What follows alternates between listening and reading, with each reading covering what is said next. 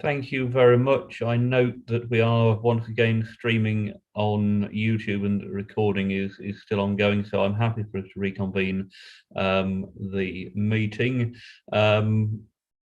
The point at which we're reconvening is the point at which the applicant or their representative presents their case, calling any witnesses.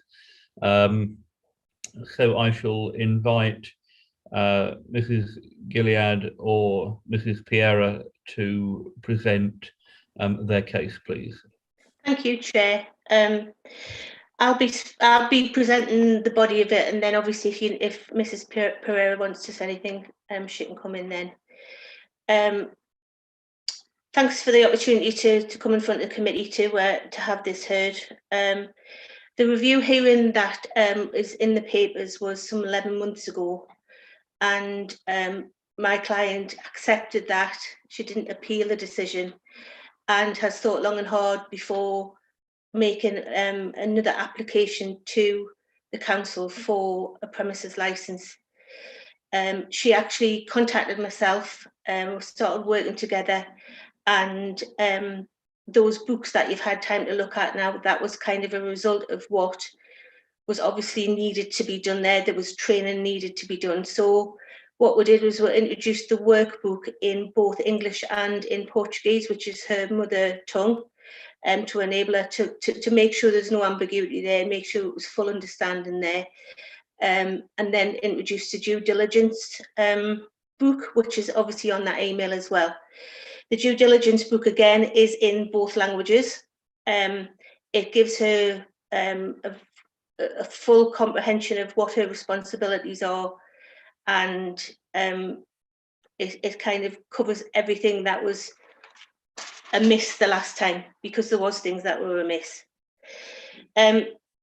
Before actually putting the application into the local authority, the police did mention that we hadn't actually contacted them. I don't usually do that. I mean, some police officers like you to do that, but throughout my history, what I've done is put the application in and then spoken to them in the 28 days of the application being processed. So that was my choice to do that. That had nothing to do with Mrs. Pereira. So she mentions in the rep that the PSPO area, the premises comes within that area. I would just like to say at this point that the nature of the premise is predominantly for eating on the premises with a drink to accompany the meal on the premises. She said that she very occasionally sells off sales, but some people do ask if they can take maybe a bottle of wine if they've had an evening and want to go on there from there. The history of the premises, I've checked with the local authority, and there was no history before last May. It wasn't classed as a problem premise, and a number of failings have been addressed by way of losing the licence, and we have put a lot of improvements in before reapplying. So what has changed is, as I said, there's an awful lot of time processing what happened. There is a variation in what she says happened and what is in the papers. She's employed myself, and we've done training. We've put the due diligence pack in, and she's taken it extremely seriously, all of her responsibilities. I've tried to negotiate with the police, which you'll see in the train of emails that have gone through. And Mrs. Pereira actually advised me to amend the application to 10 o'clock to 21 hours Monday to Sunday inclusive from the original one. We've put the due diligence pack, including refusal log, incident log, training log, including challenge 25. The incident log will include the time, date and location of incident, nature of the incident, name, addresses and contact details of persons involved, the result of the incident, action taken to prevent further such incidents. Each entry will be signed by the premises licence holder or a member of staff and endorsed by her. We've also put the additional condition in, which is the CCTV system, which will be recording for 30 days, endorsed with the correct time and date. I've got this all in the emails I've sent you, but I'll just read that out, which it says, police and authorised licensing officers shall be able, on attendance, to view immediate playback of any incident without the necessity for download. Recordings of incidents at the premises will be provided to the police following lawful request, and a member of staff who is capable of managing the CCTV system shall be on the premises at all times, enabling viewing and recording on request. Storage and the use of the system will be in accordance with the GDPR regulations. Granted, there was issues with COVID last year. It was dealt with by the premises licence being revoked. And previous to that, the premises had been run properly with no intervention from the police or the local authority. The applicant has learned a very valuable lesson. She's put additional measures in place, along with proposing considerable changes to the application. The police came back and have put some suggested conditions if the committee were minded to grant the application, all of which have been agreed by Mrs. Pereira. I think you've got a copy of that email as well. So she has made considerable changes to the running of to the implementation of the run of the premises. She's reduced the hours considerably, and she's agreed to additional conditions for the promotion of the 4 licensing objectives. Thank you, Chair. Thank you very much. Could I invite the Sergeant Enderby? Do you have any questions for Mrs. Gilead or Mrs. Piera, please? Just one minute, a couple, Chair. Am I right in thinking that the package you've shown us, has that been completed? So the training has taken place? Yes, that's correct. I can send that to you if you need to have a copy of that. No. And was that done remotely, or have you actually visited? No, it was done. It was done remotely. It was done remotely. Right. I mean, I would usually come down and see them, but obviously with the way that travel has been, and like the different stages of coming out of lockdown, it has been difficult. So we've had to do everything that we possibly, as much as we possibly could, remotely, just to keep within the guidelines of what was, what the government guidance said. It's been difficult for everyone, hasn't it, to try and establish what they can and can't do. So that's what we've been doing. I suppose there's a question for the applicant as well, Mrs. Piera, that was it correct that you're a personal licence holder? Yes, it is. And how long have you held your personal licence? Since 2018. Since 2018. Okay. Yeah. And I haven't got any more questions. I don't know if Peter McConville has any more questions.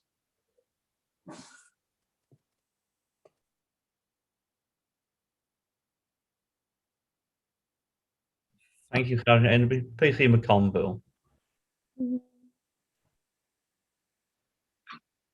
No questions at this time, thank you. Thank you. And Mrs. McDowell, do you have any questions at this stage? Not at this stage, Chairman. Thank you. And members of the subcommittee, Councillor Pickett or Woodliff, do you have, I'm just looking at my screen, have we lost Councillor Woodliff? We appear to have lost Councillor Woodliff. Sorry, Chairman, I didn't realise. I'll call him now. In which case, we'll just postpone for a few moments, take a short break while we can see if we can't restore Councillor Woodliff.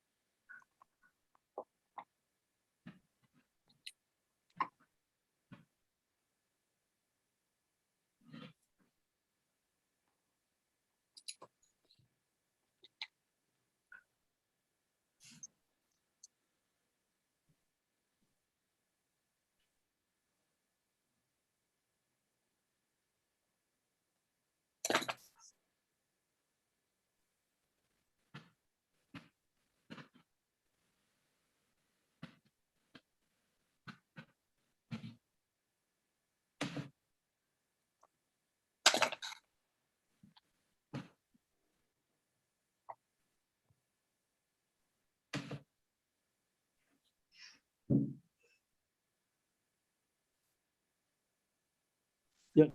I would suggest that Jane.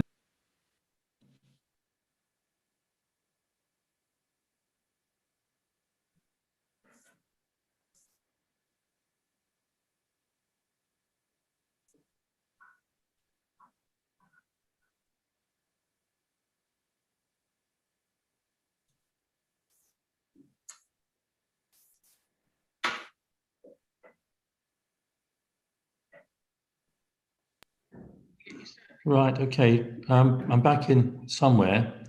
I apologise to everyone for that. The internet connection in the members' room disappeared. Councillor Woodliffe, thank you very much. At what point did you? What was the last thing you saw? Well, I know that Jane Gilead was discussing her client's case. So maybe it is best for her to go back to the beginning, if she so wishes, and starts again. If that's feasible. Thank you. So in order to ensure that it's a fair hearing. Thank you, Councillor Woodliffe. Mr. Gilead, Chairman, I'm not sure we can. The police have already, Councillor Woodliffe has obviously dropped out for some considerable time in that he's missed Miss Gilead's presentation of the case and the police asking their questions. Okay. It's actually my opinion that we've moved on too far to be able to just recap what he's missed. In that case, I'll have to withdraw from the meeting. And yeah, I think we need obviously. The reserve member has been here. I can't guarantee that the internet won't drop out again. It just simply disappeared. I had no internet connection here for about 5, 6, 7 minutes, and that's in the members' room. So my apologies as well, Councillor Woodliffe, for not having spotted that you dropped off of the screen. Yes, it just went. So no internet's no internet. That's the problem with Zoom, isn't it? You're dependent on it. Councillor Wellborn, are you agreeable to stepping up as a member of the subcommittee? If that's all right with everybody else, yes. Is that okay with Mrs. Gilead and Mrs. Pereira and the police? Yes, that's fine. Thank you. Thank you. Thank you, Councillor Woodliffe. Right, I'll withdraw from the meeting because I can't participate. Thank you. Okay, so I offer my apologies and I leave. Okay. Thank you, Councillor Woodliffe. Thank you. In which case, the point at which I was to inviting whether members of the subcommittee had any questions that they wished to put to the applicant or the applicant's agent. Councillor Pickett indicated that you didn't. Is that still the case? That's right. That's correct. And Councillor Wellborn, do you have any questions? Not at the present time, Chair. Thank you. Thank you very much, Councillor Wellborn. It now falls to the responsible authority, in this case the police, to present their case, calling any witnesses. So I will hand over Sergeant Envy, if you'd like to present your case, please. Thank you very much, Chair. Lincolnshire Police's main concern in relation to this application, it's quite simple. It's whether or not Miss Pereira will actively promote the licensing objectives. Following receipt of the application, we were informed, although we hadn't seen it until today, that as part of the service for preparing her application, the licensing agent would provide full training to Mrs. Pereira and a due diligence pack to reinforce that training. Again, it's only today have we seen that. Now, it looks like a robust document that's been prepared, but I point out to the committee that it has probably been sent via email to Mrs. Pereira.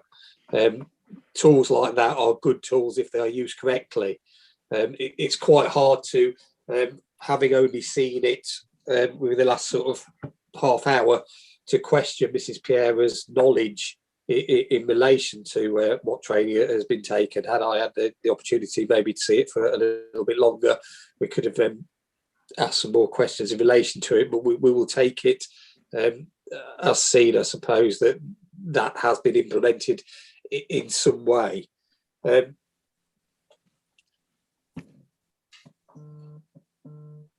will this actually improve what happened and what has been encountered at the premises? While I accept that it is not a premises that causes us problems as such, it is not a problem premises. It probably is because it shouldn't be. It is a tiny, small shop that's going to be operating as a bar. Mrs. Gillett has indicated also that the applicant is willing to accept the conditions suggested by Lincolnshire Police in the exchange of emails and have them embedded in the conditions on the premises licence. Again, this would appear to be a positive step, but again, these are only tools that if they are used correctly, they should ensure that a premises is well managed. Moving forward, should this licence be issued, I think what we have to remember is that it will be Mrs. Piera who is in sole charge of the premises. The licensing agent has done what's expected of them. She's been paid to provide that initial training, but moving forward, she will not have anything to do with the premises. And indeed, she hasn't visited the premises or aware of the local community or the problems that exist there. That responsibility is going to lie solely with Mrs. Piera. She will hold both roles, the role of premises licence holder and designated premises supervisor. Now, the reason why concerns still remain about her ability to carry out these roles is because, as the committee will be aware, her licence was revoked last year because the business was found to be open and trading during the first coronavirus lockdown period. Myself and PC McConville, whilst on duty in Boston, found the premises open and trading during that lockdown period with persons inside. Further investigations revealed that Mrs. Piera had actually been spoken to by local officers previous to us finding the premises open, and that she was fully aware that she was not allowed to open, but that she'd chosen to do so anyway. So the circumstances that led to the revocation of the licence, it wasn't a lack of knowledge, it wasn't problems with language or training, it was a deliberate decision to ignore the legislation, break the rules, and keep that business open and trading as we found it. And I think that's where the concerns lie. At the same time of finding that business open, we also discovered non-compliance with conditions on the premises licence. Now, the premises licence that was revoked didn't have as many conditions as could be on this one, but there were conditions on it that weren't being adhered to, and there was other legislation that wasn't being adhered to, such as displaying the summary of licence within the premises. There were also concerns around who held the role of designated premises supervisor and whether they actually had any involvement with the business. Again, these problems appear to be around a lack of care of how this business was managed and operated, rather than a lack of training, a lack of knowledge, or language difficulties. At the point all the issues were discovered, Mrs. Piera was already a personal licence holder. She stated earlier that she has been a personal licence holder since 2018. So she had knowledge and understanding of the Licensing Act in 2018. She had it last year when the breaches were found at a premises and the licence was revoked. An understanding presumably of the Licensing Act, licensing legislation, and her role within it, having obtained that personal licence. Because to become a personal licence holder, you have to have training and you have to pass an exam. Mrs. Piera had successfully done all this at the point her licence was revoked, yet she still failed to run her business lawfully. She opened during the lockdown period. There were problems with compliance, and ultimately the licence was revoked. That's, I suppose, where our main concern are. That at the pardon me, all the problems discovered at the premises could easily have been avoided had Mrs. Piera done what she'd been trained to do, what was required of someone in her position within a licensed premises. She appeared to choose not to do that, and I think concerns must remain as to why she chose not to do that, despite reassurances now that things have changed. Yes, there appears to have been some additional training, but you know, if you want to play devil's advocate, she now has 2 books. It's how she actually uses those books, what she does with those books, how she implements them, that will make sure that this business now operates lawfully and within the legislation. So for the committee to grant this application, they have to be absolutely confident that we won't have a recurrence of the problems we have previously experienced. Additional training, as I've said, is excellent, but only if that training is absorbed and used. Additional conditions on the licence, again, they're tremendous tools, but only if they are implemented, followed and monitored. I would like to hear from Mrs. Piera for her to speak to the committee to explain her knowledge of her role, her responsibilities, and to give the committee confidence in her rather than her licensing agent, because obviously the licensing agent is a trained professional. The paperwork that she has submitted to her is of a high quality, as would be expected. But it is how Mrs. Piera is going to run with the ball, as it were, that is going to prove whether this license will cause problems moving forward, or whether there will be no issues in relation to it. If the committee believes that Mrs. Piera has demonstrated today that she fully understands the Licensing Act, her role within it, that she's persuaded that she has changed and that she can be relied upon to actually promote the licensing objectives moving forward, then the licence should be granted. But I think if any doubts remain, then this application should be refused.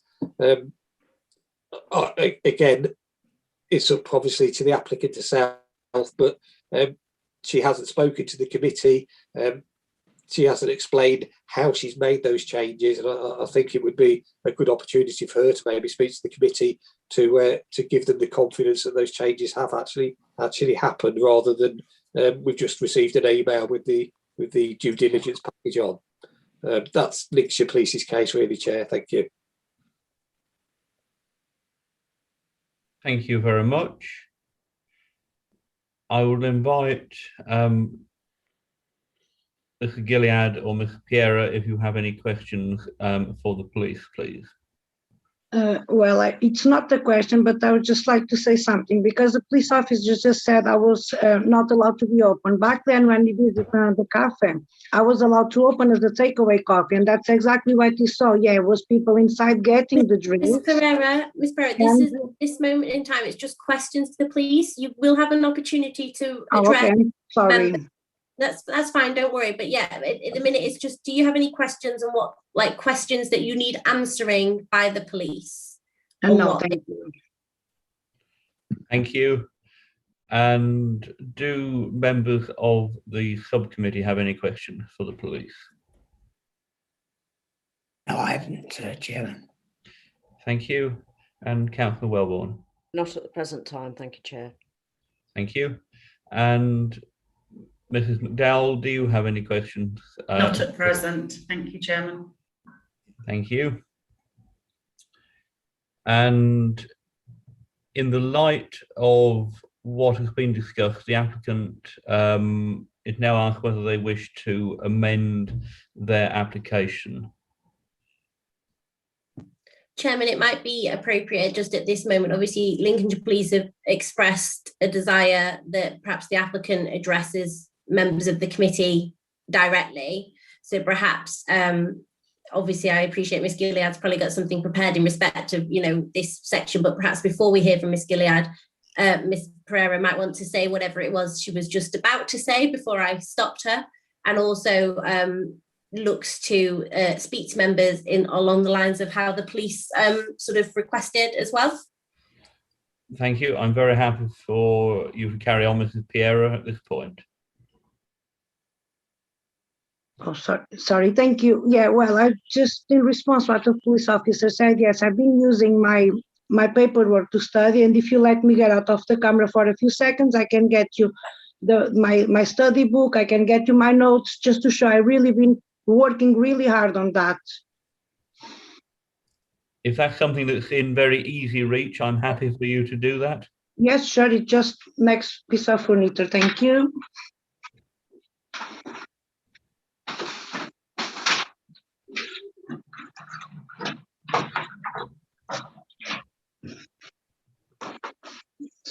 So, as you can see, I've been just taking my notes of the most important things. Can you see them?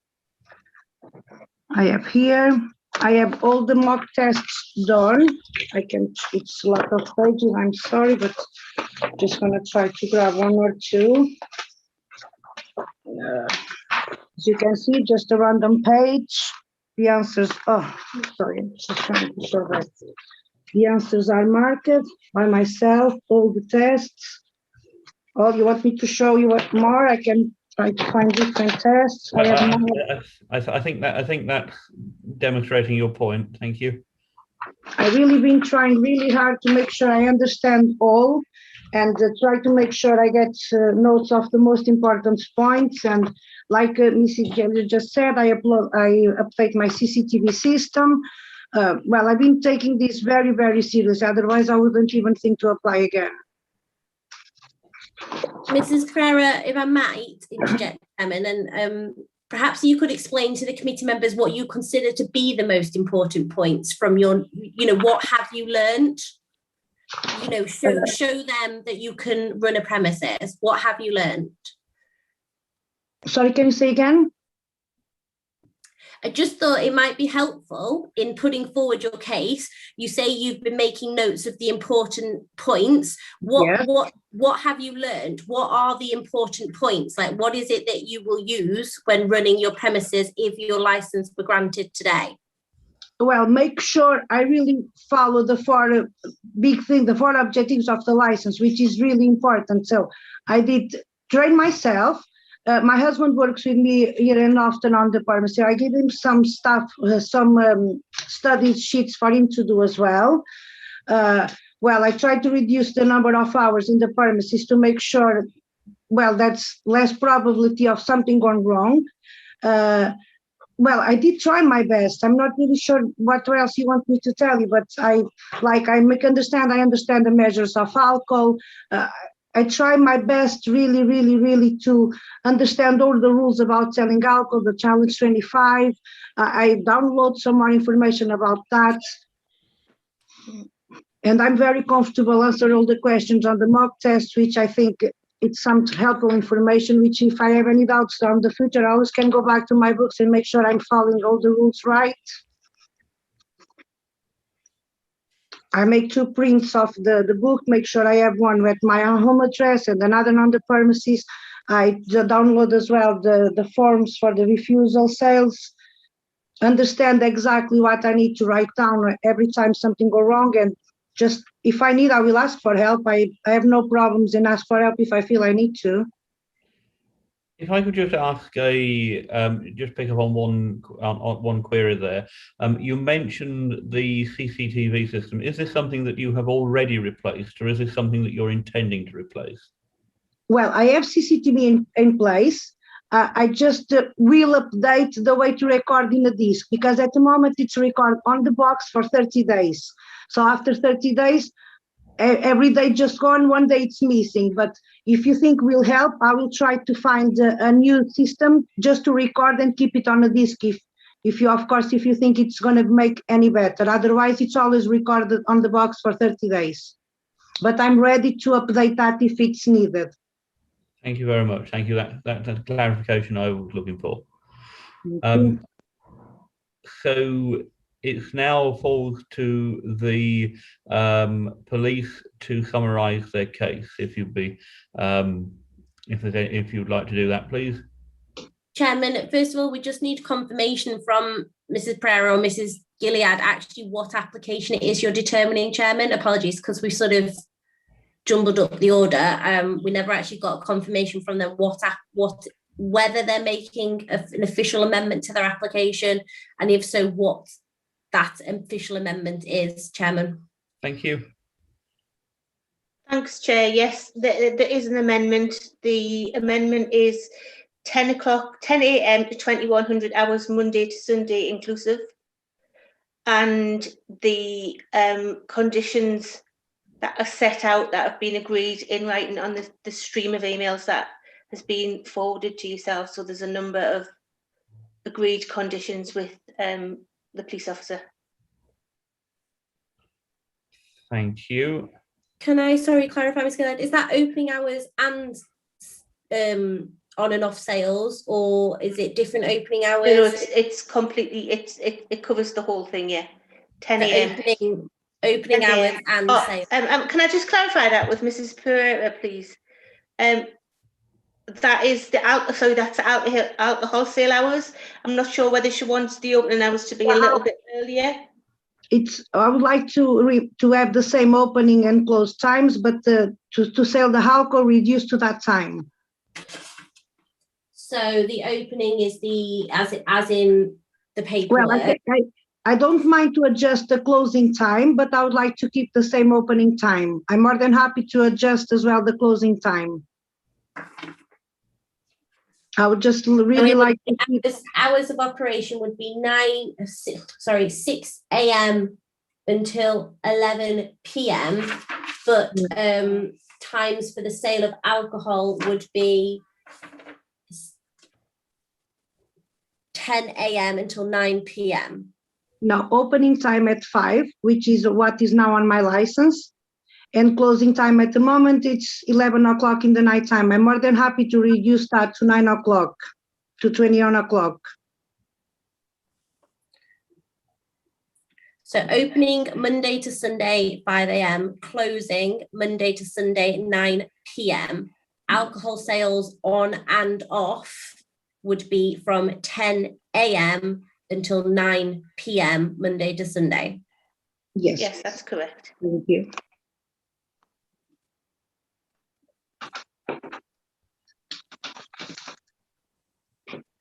And then the conditions as set out in the application and those additionally agreed with Lincolnshire Police. Yes.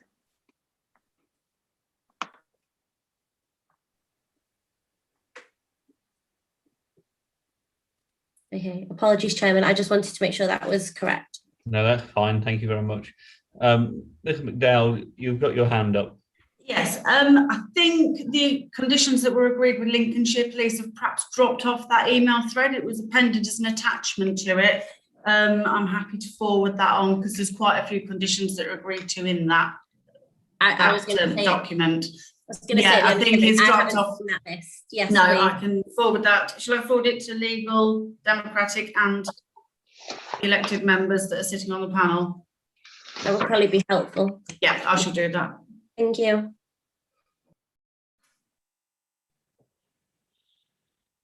Thank you. In which case, are we okay to proceed, Ms. Rees, or do we need to wait for that list to come through in its full form? No, as Ms. McDowell obviously sent it. As long as we've got it before we close the hearing, we can just confirm that we've received it for consideration during the deliberations. That's all we need it for, because obviously that's what you will consider. So we can move on to step 5 on your agenda, Chairman, the closing statements and summaries. Thank you very much. So I shall invite the Sergeant Enderby once again to summarise your case, please.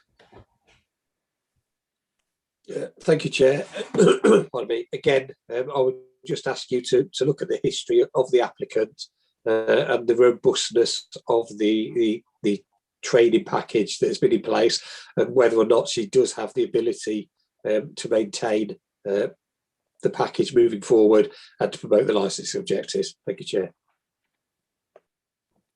Thank you, Sergeant Enderby. Mrs. Gilead, would you like to summarise your case, please? Thank you, Chair. Just would like the committee to consider what has been implemented, the reduction in the hours of trading and the ongoing training package that Mrs. Pereira is working on constantly and taking it forward. I would just like to consider them reviewing what had gone on and looking at giving the licence back to her, please. Thank you. And Mrs. Rees, are there any matters outstanding to be raised or resolved? No, nothing from me, Chairman, other than I'm just still waiting to receive the email from Ms. McDowell, but otherwise I'm happy.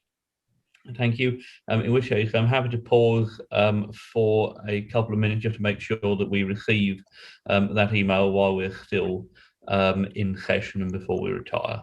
I've just sent it through, Chairman. Thank you. I will.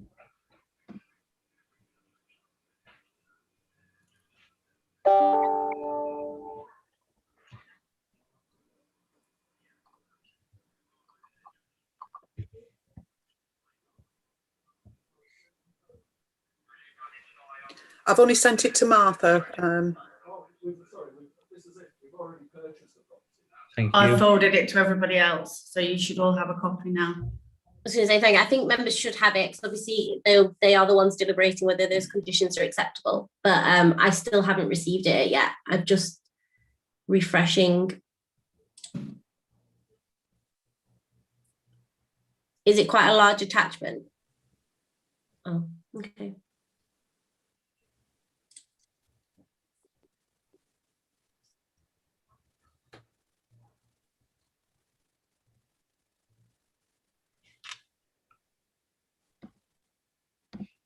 I'm happy to confirm that I've received that. Could I ask if Councillor Piggott and Councillor Wellborn whether you've received that as well? I've received it. Thank you, Chair. Yes, thank you, Chair. Thank you.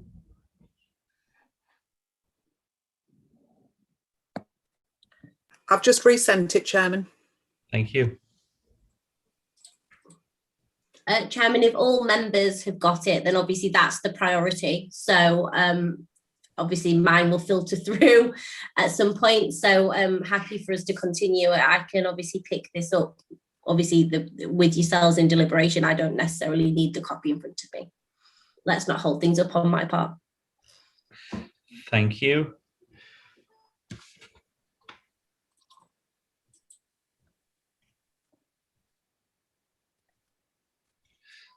In which case, unless I'm mistaken, we have nothing further other than for the subcommittee to retire. We will retire to make our deliberations, and the legal advisor will retire with the subcommittee, but will not take part in the deliberations. And if legal advice is given during the deliberations, then the legal advisor will reiterate this advice to all parties. The hearing will not be reconvened for the decision to be announced. The reasons for the decision, including any conditions that have been attached to the licence and the right of appeal, will be formally notified to the applicant for the review and the premises licence holder or their representatives in writing by the licensing and land charging manager within 5 working days. So I will thank you all for joining with this hearing. I'll thank you, Mrs. Gilead and Mr. Piera, for your contributions. Likewise, Sergeant Enderby and PC McConville, and our officers likewise. Thank you very much. Enjoy the rest of your day, and the committee will retire to consider its deliberations. Thank you, Chair. Thank you, Chairman. I'll end this.